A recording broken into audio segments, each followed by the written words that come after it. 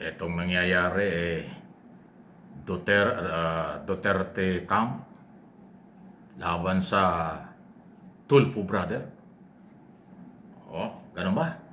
Kasi yung grupo ni Cayetano, magkapatid na Cayetano, at saka Marcoleta na minority, at saka itong magkapatid na Tulfo, Erwin at Rapi.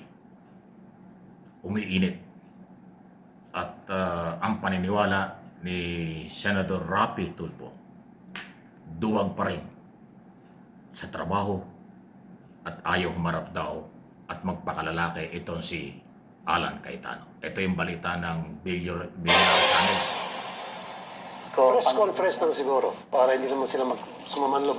Ganito inilarawan ni Senator Raffy Tulfo sa On Point ng Billionario News Channel ang ginawang flood control probe ni na Senador Alan Peter Cayetano nitong Huwebes. Baka sabihin, unparliamentary naman itong ginagawa ko, calling them bogus, when in fact they're still senators. Sa anyay press conference, dinawit ang kanyang kapatid na si Senador Erwin Tulfo sa kickback scheme. I talked to Erwin about that and dinila niya, as a matter of fact, sabi niya, magdidemanda raw siya.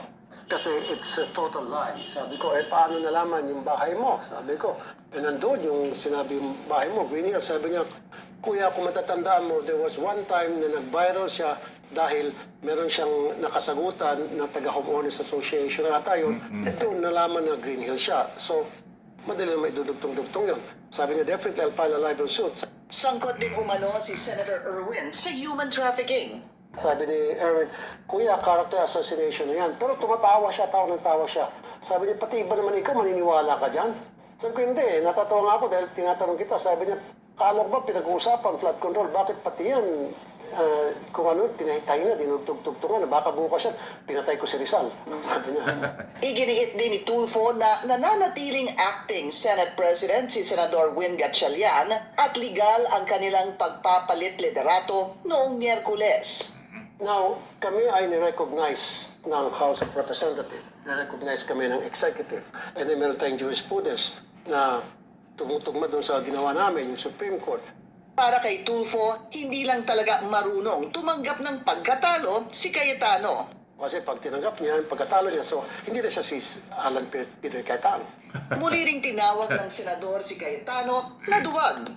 Kasi the reason why I said that, dahil palagi na lang siya sa Facebook. At kung meron kang issue against us or against anybody, sa mga kasama mo sa Senate, then do it on the floor. Doon kami magmakbakan, dyan sa takot. Sa kabila nito, welcome daw si Cayetano na sumali sa kanilang grupo.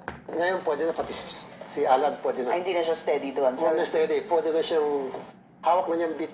Una nang sumali sa Gatchalian Block si Senador Chis Escudero. On that day, yung dumating siya sa amin para magbigay ng quorum, nung 1 p.m., doon pa lang namin nalaman na siya ay darating. Nabigla kami lahat. Although very good news yun. So ang usapan, dapat darating siya ng 4 o'clock. So tahimik kami, merong pag-uusap na keep it quiet para hindi mabigla. Yung mga, para hindi makapag-prepare yung majority at that time. So, pero ni-request niya kung pwede 3:30 na lang. Inimbitahan daw nila si Escudero sa kanilang block matapos mapansing discontented at disgruntled ang dating SP. So, sinubukan namin kausapin siya. No promises. Walang pananakot, walang concession, nothing. Pinag-isipan anya ng senador at kinonsulta ang pamilya nito. Pero sa huli, hindi raw nagtatanim ng galit si Escudero at gusto niyang maging kaibigan ng lahat. Para sa agenda, Pinky Web. Thank you. Thank you kay Pinky Web at saka kay Corina Sanchez, mga kaibigan natin diyan sa Billionario News Channel. Billionario na, magaling pang magbalita. Pero alam niyo, saludo tayo dun sa mga lehitimong mga broadcaster sa radyo at telebisyon, sa Billionario Channel, ABS-CBN, sa Channel 7, UNTV, Net25, ano ba bang mga network na hindi natin nababanggit, baka magtampo, at sa lahat ng radio and TV station. Dahil lahat ng TV, radio station ngayon, nasa television na rin. Pinagdaanan ko lahat yan. Lahat sabay-sabay, social media, radyo, TV, ay nasa TV lahat. Kaya ganong kalawak na ngayon ang balitaan. Kaya respetado ko yung mga mamamahayag na yan, ang mga nakasama ko sa matagal na panahon. Alam na alam ko ang kailang pinanguhugutan. Kaya mabuhay po kayo at suportahan natin sila. Suportahan natin yung mga yan, nagbabalita ng totoo. Kasi alam niyo bakit? Inuuga-uga ng ilang politiko dyan. Pinagbibintangan itong mga lehitimong media na bayaran. Kalokohan yan. Tapos nung masama ang dating at maraming nag-react na media, sorry na lang. Ano yun? Damage is done, Mr. Senator. Huwag kang pikon. Makamasira ang iyong political career kapag ang media ang kinalaban mo. Ikaw ay public figures, public servant. Kung meron kang pinagdadaanan, dahil sabi mo meron kang pinagdadaanan, huwag mong idamay ang media. Kung under pressure ka, kung sino man at sino man gumagawa niyan sa iyo, huwag mong pagbintangan ng media dahil ibang level yan. Poor state ang media. Hindi kami kasali sa gobyerno.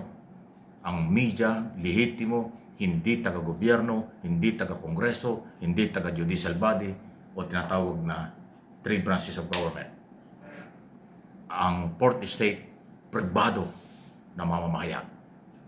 Kaya huwag niyong pagbintangan dahil ibig sabihin yan, desperado. Wala na kayong maisip, wala na kayong magawa.